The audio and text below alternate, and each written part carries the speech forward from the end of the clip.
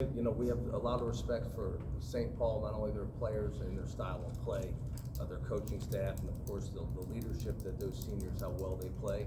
We knew it was going to be a game that we had to match our personnel, reserve personnel, our strategic plan, which we implemented over the last few days, and then of course our level of execution versus her level of execution. I was really pleased with our guys executing at a high level consistently throughout the game of what I needed them to do. You know, obviously we missed a couple of easy layups late, and of course the free throw game got a little scary, but for the most part, from start to finish, the guys on both ends of the floor executed what we drilled in them for the last couple of days and this morning as well. The coach talked about the length and your zone defense. What did you feel like you were able to do defensively to kind of keep them out of their element? Yeah, well, they're athletic too, you know, but we have great length and we have really good basketball instincts on the defensive end. Like we're over aggressive at times, and obviously that can be costly in critical situations as well. But tonight I thought our length and our timing and our discipline was a lot better. It was good enough for what we needed to be to win, because they're terrific at not only shooting the three but also shot faking and getting into the lane on middle drives, and then again shot faking you again. So our guys were good enough to stay home and be disciplined, as well as make it an arduous task for them to score over top of us. Coach DeWitt, looking at how team performed very well, like we talked about with the length and everything, did you think the experience of playing a couple teams in the Cat League prepared you for that game against St. Paul's? Because to me, St. Paul's kind of remind me of Jesuit a little bit, but a little bit bigger in size.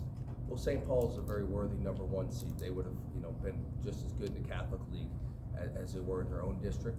And I do think that us playing teams like Jesuit, us playing teams like Shaw, really helped prepare you for a team like St. Paul, because St. Paul is not only skilled, they're so well coached and they execute the game plan, and their style of play is so well rehearsed.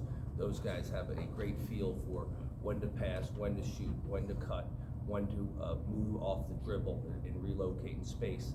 And that was something that we wanted to do. We did not want to put ourselves in a position where we were chasing them all night long, but we were matching up to them, where it's advantageous for us to know their personnel, knew who to take away, knew who to back off, and of course use our length and our athleticism to put them in a position where they had to score over the top of us, not getting easy step-in threes off the dribble. Buddy, last time at the line, you missed the first one, make the second one. Kind of describe what I imagine to be a feeling of relief, but also just the emotion of getting the win and closing it out. What it also. I don't like missing free throws. I can't lie to you. When I miss it, I knew I was gonna make the seven. But I was kind of disappointed in myself when I missed it. But I knew I couldn't let that hold me down for the next free throw. Let that affect the next one, because the team needed it. And I concentrated real hard on the second one and made it. Darius, the way you played today, like really stepped in and everything else. Tell us your thoughts about your performance, and also, how did you have to really step into that stage right then and there that the team really needed you, and you scored big? It's really just a passion. Like, I knew that we all wanted to win. It was a team effort. I said I had to step up big because I knew we had to win this game. Coach and players, can you just talk about the turnaround from last year to this year, and now you guys are playing for a state championship? How exciting is this for you guys as a program? It's real exciting, but the job's not finished. We got one more game to look forward to. Right now we might celebrate it, but we gotta get back to work tomorrow and get ready for Saturday. Coach, just talk about y'all's ability to move the ball. You moved the ball well, had a lot of assists. I don't have the numbers on me, but just talk about that unselfishness that these guys have. Well, that's just it. These guys care about the end result. They enjoy the process of sharing the basketball. They enjoy the process of celebrating other people's success. And a lot of times we look at success on points per game, okay, or points for that particular game.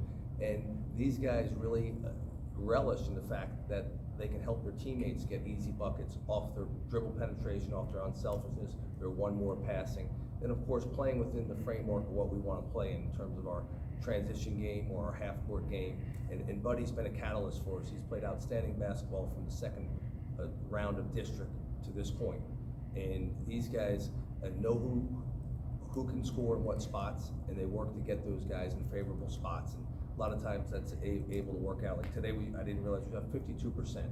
And we're a lot better off when we are really, really locked in on taking the right shots, not the shots that sometimes we want to take just for our own good. And only shooting 6 threes was critical. You know, we only shot 5 against Brother Martin.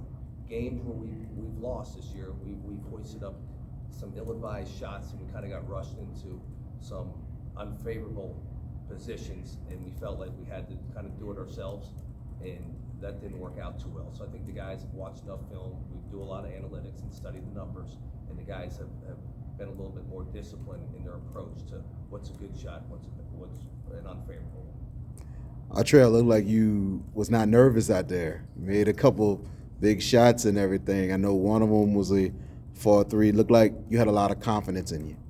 I just knew once I hit the first one, the second one would go. Like I just keep shooting. Coach, what you can say here, I mean, it's been a long time since John Curtis has been in this position. The coach prior to you, Michael Kreischer, who led Curtis to 2 state titles. And this is big for you. I know you had to replace a guy like him, but you really have got this team to where it needs to be. What you can say about Saturday? I know it's coming, but, you know, it would be big to bring home another state title for John Curtis, especially on the boys' side. Sure. I mean, Coach Kreischer deserves a lot of credit, not only for what he's done in the past over his coaching career with over 500 wins in the state title in 2012, and the appearance in the title game in 15, but so does Kendrick Grayson, who was the assistant with him and helped me make the transition. And they've been very, very open to sharing with me a lot of helpful ideas to make this program be successful. And of course, I came in with my own level of experience and tried to really emphasize some certain intangibles like competitiveness and understanding quantitative and qualitative competitive value, resiliency, and of course durability and reliability. And these guys have really, really grown together. Like for instance, I shared with them on our wall months and months of what's led up to this point. We just talked about the 1-game winning streak today. And the months were going through summer where we had 28 practices, 26 games, going through 14 OTTs, organized team training after Hurricane Ida, going through 69 practices, now 32, 33 games, 3 scrimmage dates, not to mention all the stuff we've been doing together in the weight room or the film room or game day shoot-arounds or bonding off the court with breaking bread together. So these guys are such an enjoyable group to be around, and I told them that throughout my tenure here, that they make coming to work so much fun because you're never twisting their arm to get the best out of them. You know, they come with a great, grandiose type approach, and they want to be great, and they've had this goal of winning a championship.